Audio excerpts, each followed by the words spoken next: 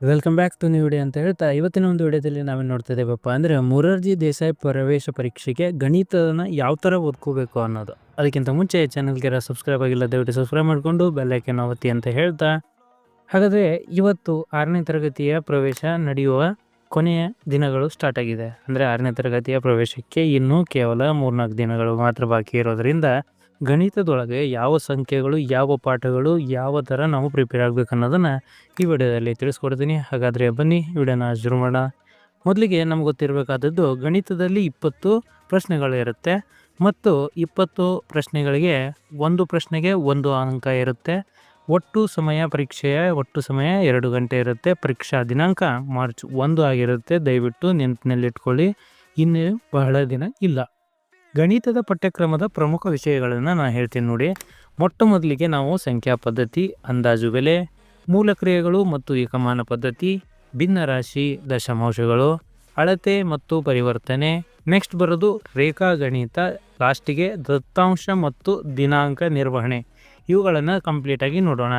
ಮೊದಲಿಗೆ ಸಂಖ್ಯಾ ಪದ್ಧತಿ ಅಂದರೆ ನಂಬರ್ ಸಿಸ್ಟಮ್. ಅಂದರೆ ಇದರಲ್ಲಿ ಏನು ಗೊತ್ತಿರಬೇಕಪ್ಪ ಅಂದರೆ, ನಮಗೆ ಮುಂಚೆ ಸಂಖ್ಯೆಗಳ ರಚನೆ ಮಾಡೋದು. ಇಲ್ಲಿ ಒಂದು ಪ್ರಶ್ನೆ ಇದೆ, 8, 0, 6, 2, 5 ಈ ಥರ ಅಂಕೆಗಳನ್ನು ಕೊಟ್ಟು 5 ಅಂಕೆಯ ಸಂಖ್ಯೆನ ರಚನೆ ಮಾಡೋಕ್ಕೆ ಹೇಳಿದಾಗ ಯಾವ ಥರ ಮಾಡಬೇಕು ಅನ್ನೋದನ್ನು ತೋರಿಸಿದ್ದೀನಿ.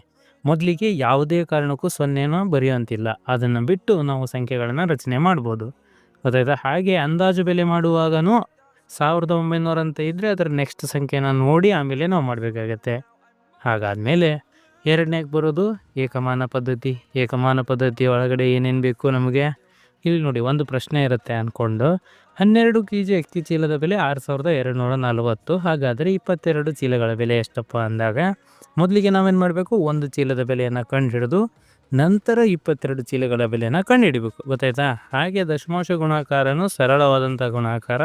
ಬಿಂದುಗಳನ್ನು ಹಾಕೋದನ್ನು ನಾವು ನೆನಪಿನಲ್ಲಿ ಇಟ್ಟುಕೊಂಡು ಆನ್ಸರ್ನ ಮಾಡಬೇಕು. ನೆಕ್ಸ್ಟ್ ಬರೋದು ದಶಮಾಂಶ ಮತ್ತು ಅವುಗಳ ಕೂಡಿಕೆ. ದಶಮಾಂಶಗಳನ್ನು ಕೂಡಿಸುವಾಗ ಬಿಂದುಗಳ ಕೆಳಗೆ ಬಿಂದುಗಳನ್ನು ಹಾಕೋದನ್ನು ನಾವು ಯಾವುದೇ ಕಾರಣಕ್ಕೂ ಮರೆಯಬಾರ್ದು. ಅದಕ್ಕೆ ಒಂದು ಎಕ್ಸಾಂಪಲ್ ಕೊಟ್ಟಿದ್ದೀನಿ ನೋಡಿ. 13.75 + 6.50 ಅಂತ ಒಂದು ಪ್ರಶ್ನೆ ಇದೆ ಅಂದರೆ, ಆ ಬಿಂದುಗಳನ್ನು ನೇರವಾಗಿ ಬರ್ಕೊಂಡು ಆದ ನಂತರ ಸಂಕಲನ ಮಾಡಬೇಕು, ಗೊತ್ತಾಯ್ತಾ. ಹಾಗೆ 2019 ಒಂದು ಪ್ರಶ್ನೆ ಬಂದಿತ್ತು, ಭಿನ್ನರಾಶಿ ವ್ಯವಕಲನದ ಪ್ರಶ್ನೆ. ಆದರೆ ಆ ಪ್ರಶ್ನೆಗೆ ಆಯ್ಕೆ ಇರಲಿಲ್ಲ, ಅಂದರೆ ಆಪ್ಷನ್ನು ಇರಲಿಲ್ಲ. ಆದರೆ ನೀವೇನು ವಿಚಾರ ಮಾಡಬೇಕು, ಕೆಲವೊಮ್ಮೆ ಆಯ್ಕೆಗಳು ತಪ್ಪಿರಬಹುದು. ಅಂತಹ ಸಮಯದಲ್ಲಿ ನಿಮ್ಮ ಹತ್ತಿರದ ಉತ್ತರನ ಆಯ್ಕೆ ಮಾಡಬೇಕು. ಅಂದರೆ ಯಾವುದು ಹತ್ತಿರ ಅನಿಸುತ್ತಲ್ಲ, ಸೇಮ್ ಅನಿಸುತ್ತೆ, ಅದನ್ನು ಆಯ್ಕೆ ಮಾಡಬೇಕು. ನೆಕ್ಸ್ಟ್ ಬರೋದು ಅಳತೆಗಳು ಮತ್ತು ಪರಿವರ್ತನೆ ಅಂದರೆ ಮೆಜರ್ಮೆಂಟ್. ಇದರಲ್ಲಿ ಏನಪ್ಪ ನೆನಪಿರಬೇಕು, 1 kgಗೆ 1000 ಗ್ರಾಮ್, 1 ಮೀಟ್ರಿಗೆ 100 ಸೆಂಟಿಮೀಟ್ರ್. ಇದೇ ಥರದ ಸೂತ್ರಗಳು ನಿಮಗೆ ಇರ್ತವೆ.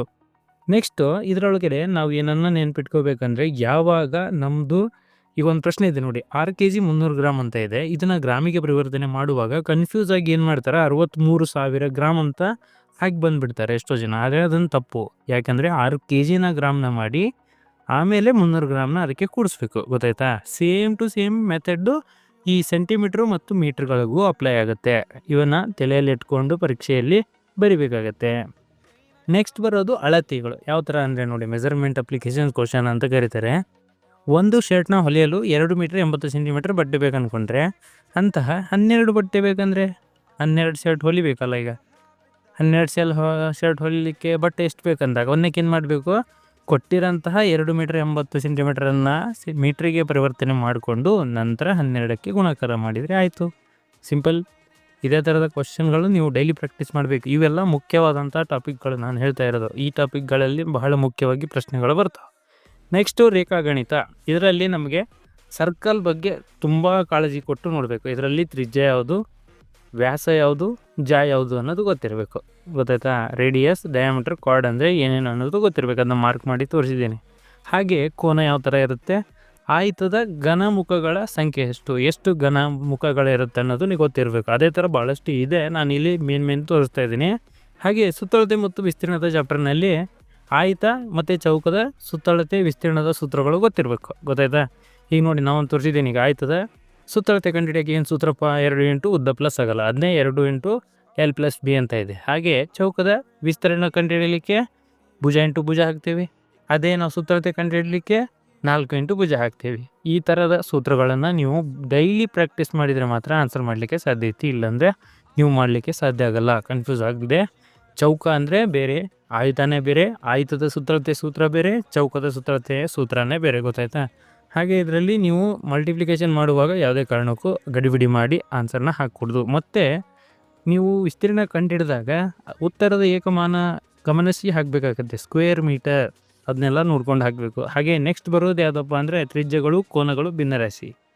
ಈ ತ್ರಿಜ್ಯಗಳೊಳಗೆ ಈ ಗೆರೆ ಹಾಕಿರ್ತಾರೆ ನೋಡಿ, ಲೈನನ್ನು ಹಾಕಿರ್ತಾರಲ್ಲ, ಅದನ್ನ ಕರೆಕ್ಟಾಗಿ ಅಬ್ಸರ್ವ್ ಮಾಡಬೇಕು. 3 ಕಡೆ ಸಿಂಗಲ್ ಲೈನ್ ಇತ್ತಪ್ಪ ಅಂದರೆ ಸಮಬಾಹು ತ್ರಿಭುಜ ಅಂತ ಕರೀತಾರೆ.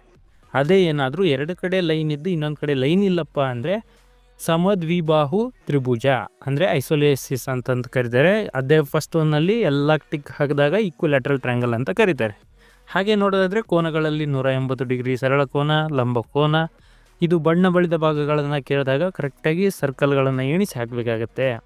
ಹಾಗೆ ಮುಂದುವರೆದ್ರೆ ದಿನಾಂಕಗಳ ಲೆಕ್ಕಾಚಾರ. ಯಾವ ಥರ ದಿನಾಂಕಗಳ ಲೆಕ್ಕಾಚಾರನ ಹಾಕೋದು ಅಂದಾಗ 10ನೇ ತಾರೀಕು 9ನೇ ತಿಂಗಳು 2012ರಿಂದ 7ನೇ ತಾರೀಕು 10ನೇ ತಿಂಗಳು 2012ರವರೆಗೆ ಎಷ್ಟು ದಿನಗಳಂತ ಕೇಳ್ತಾರೆ.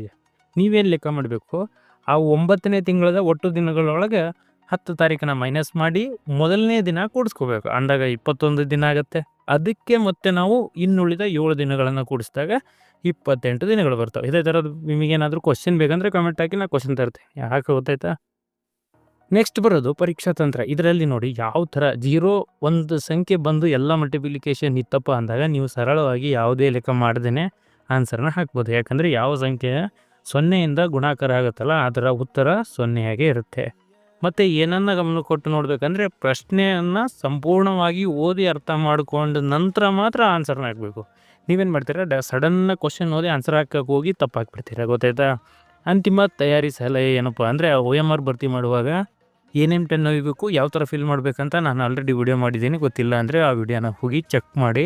ಮತ್ತು ಸರ್ ಇದರಲ್ಲಿ ಆನ್ಸರೇ ಇಲ್ಲ ಅಂದಾಗ, ನಿಮ್ಗೆ ಕ್ವಶನ್ ಅರ್ಥ ಆಗಿ ಆನ್ಸರ್ ಬಂದು ನಿಮಗೆ ಸಿಗಲಿಲ್ಲ ಅಂದಾಗ ತಪ್ಪು ಆನ್ಸರ್ ಯಾವುದು ಅನ್ನೋದನ್ನು ತೆಗೆದು ಹಾಕಿ ಕೊನೆಗೆ ಉಳಿದ ಅಂಕಿಯನ್ನು ನೀವು OMRನಲ್ಲಿ ತುಂಬಬೇಕಾಗತ್ತೆ.